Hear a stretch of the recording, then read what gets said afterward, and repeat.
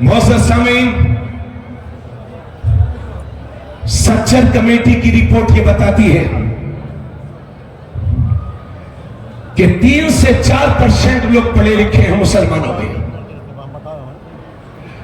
96% لوگ بے پڑھے لکھے۔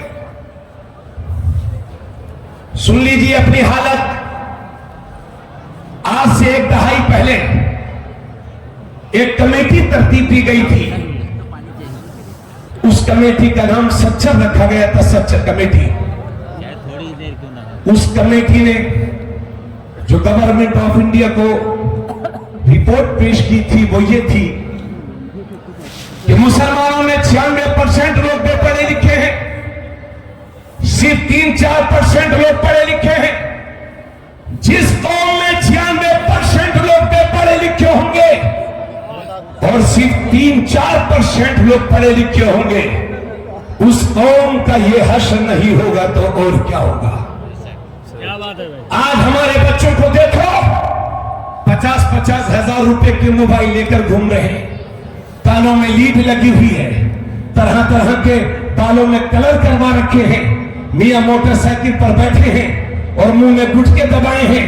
نہ چھوٹے پر شفقت پتا ہے، نہ بڑے کا ادب پتا ہے، نہ ماں باپ کا احترام پتا ہے، نہ علماء کی عزت کے بارے میں کچھ معلوم، نہ نماز پوری یاد ہے، نہ کسی کو دعا ہے نہ سلام۔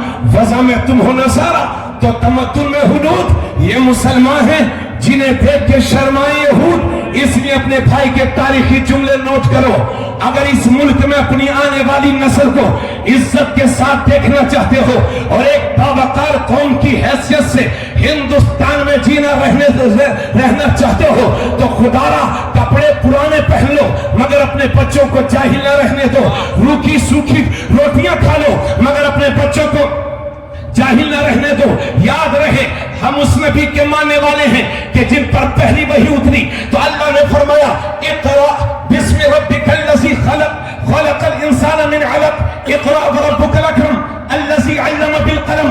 نبی پر جب پہلی وحی اتری ہے تو اس میں پڑھنے کا ذکر ہے اور قلم کا ذکر ہے۔ اور حضرات جب میرے نبی نے مکہ شریف میں اعلان نبوت کیا تھا تو صرف 17 لوگوں کو لکھنا آتا تھا، اور وہی میرا پیغمبر 23 سال تبلیغ کر کے جب ظاہری دنیا سے رخصت ہوتا ہے تو 1.25 لاکھ صحابہ کرام کے ہاتھ قلم سے سجے ہوئے تھے، جنہیں لکھنا بھی آتا تھا، جنہیں پڑھنا بھی آتا تھا۔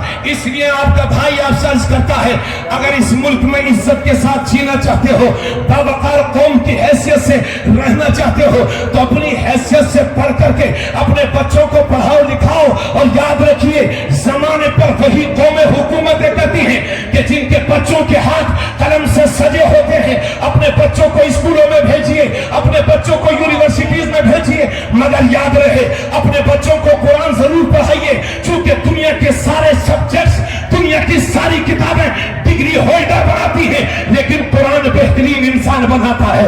سچے مشن پر قائم ہو جاؤ، ایمانداری کی مثالیں قائم کر دو، یہ جوانیاں تمہارا نہ ملیں گی۔ آج تمہاری مسجدیں ویران پڑی ہوئی ہیں، تمہارے مدرسے تو پیسے کے لیے ترس رہے ہیں اور تم لاکھوں لاکھ روپیہ اپنی شادیوں میں فضول خرچی کر رہے ہو۔ یاد رہے یہی عالم رہا تو مٹا دیے جاؤ گے، بھلا دیے جاؤ گے۔ اس لیے ہمت سے کام لو، ایمانداری کی مثالیں قائم کر دو، نمازیں 5 وقت کے عادی ہو جاؤ، سچے پکے سنی ہو جاؤ اور مایوس مت ہو۔ یہ بادل ہیں انشاءاللہ چھٹیں گے، اسلام کا اجالا قیامت تک باقی رہے گا۔ اور آپ سے کہنا چاہتا ہوں کہ آپ اپنا راستہ سیدھا رکھو، اگر راستے میں پتھر بھی ہوں گے تو اللہ موم بنا دے گا، کانٹے ہوں گے تو پھول بنا دے گا۔ کہ محمد سے وفا تو نے تو ہم تیرے ہیں، یہ جہاں چیز ہے کیا لہو قلم